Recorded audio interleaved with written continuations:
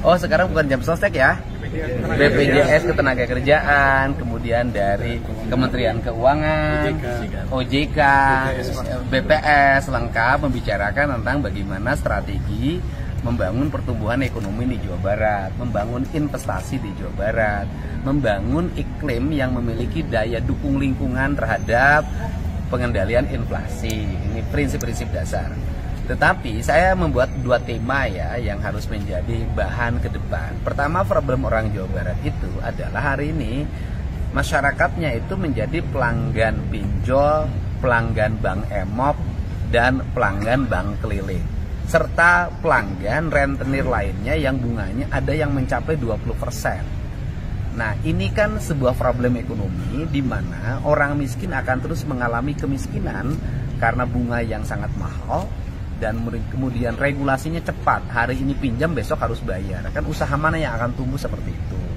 Terus kemudian yang kedua, dari sisi kerugian negara dirugikan karena mereka memutarkan uang dengan bunga tinggi tetapi mereka tidak bayar pajak. Sudah pasang bunga tinggi, mereka tidak bayar pajak. Bank itu bunganya rendah, bayar pajak. Nah, sehingga tidak perlu bangun kantor yang bagus, mereka kadang-kadang berbentuk koperasi, namanya koperasi simpan pinjam. Para pegawai di industri, terutama garment, itu disita ATM-nya.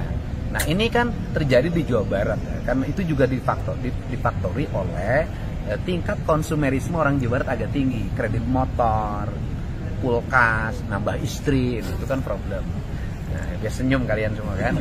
Nah, ini yang menjadi problem. Ini bahasan utama sehingga ke depan nanti bahasan ditingkatkan. Kita akan bersama-sama dengan tim ekonomi dari Mabes Polri atau Polda Jabar untuk merumuskan kerangka pijak apa yang mesti dilakukan. Selain membangun gerakan kultural agar mereka punya kesadaran tidak memanfaatkan itu.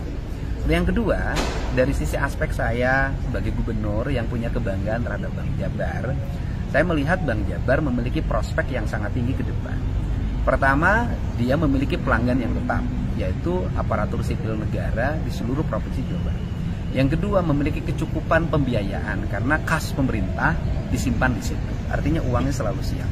Nah, kemudian yang berikutnya juga pemerintah daerah, pemerintah provinsi punya regulasi, yaitu kegiatan-kegiatan proyek pembangunan yang biasanya kan itu ada pihak ketiga yang mengerjakan.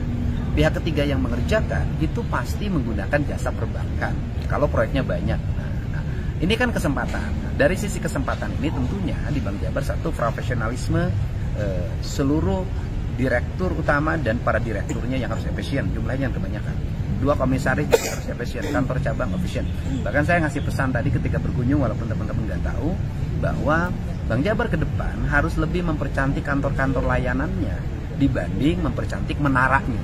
Karena menara itu konsumtif, menyerap uang yang cukup besar di Bank Jabar, kemudian tidak melahirkan produktivitas. Tapi kalau kantor cabang membawa dampak ekonomi lingkungan yang kuat, layanannya menjadi ramah, semakin banyak orang menyukai, selain aspek digitalisasinya harus diperkuat. Nah, kemudian yang terakhir saya minta pendapat, bolehkah saya sebagai gubernur meminta Bank Jabar menurunkan suku bunganya? Agar apa? Agar ASN tidak terlalu berat membayarnya, agar nanti para rekanan-rekanan jasa konstruksi di Jawa Barat bisa memanfaatkan Bank Jabar untuk mendapat kualitas pembangunan yang baik.